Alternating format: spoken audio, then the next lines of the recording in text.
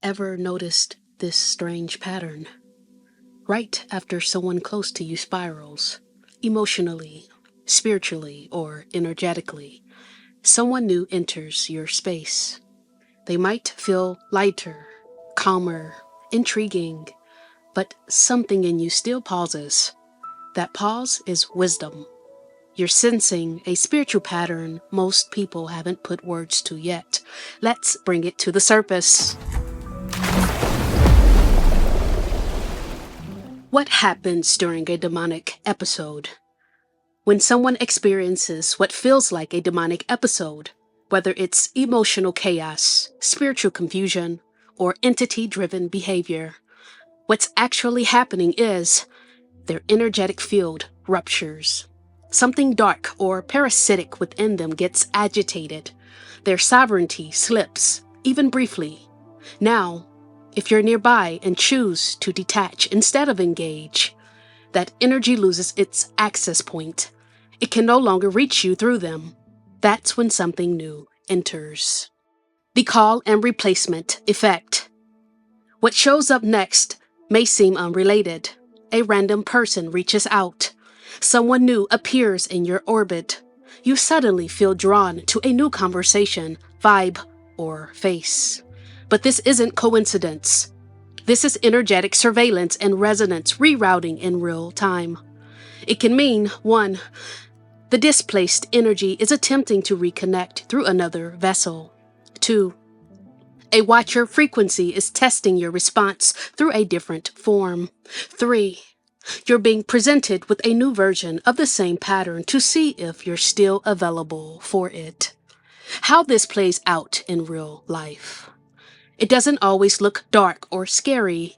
In fact, it often arrives with charm or softness, familiar warmth, emotional vulnerability, subtle sexual or empathic pull.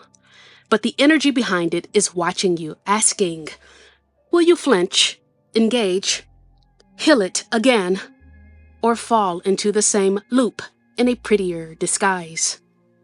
What watcher frequencies do. These entities don't always come to harm you. Sometimes they just want to observe what still moves you. They study what gets your attention, what still tempts or flatters you, what makes you drop your guard, where you still leak energy through people-pleasing, curiosity, attraction, or over-giving. The human vessel used during this process may be unconscious of this, but the frequency behind them is intentional. If you engage without discernment, if you overshare, mirror their energy, get aroused or overly drawn in, start fixing or rescuing again, then you've just told the frequency, this door is still open. It may return later in a new form, stronger, more charming, or more draining, because it learned what still works on you. But if you stay grounded and silent, if you remain in your stillness, let them speak without over-responding, observe without leaking energy, stay rooted in neutrality, then the frequency gets the message. No point of entry, no reaction, no access. They might fade quickly or return later in another disguise, hoping for a different outcome. This isn't paranoia, it's field mastery. These entities show up not because you're weak, but because you're evolving beyond the usual traps. You're no longer feeding chaos, healing everyone, or confusing flattery with connection.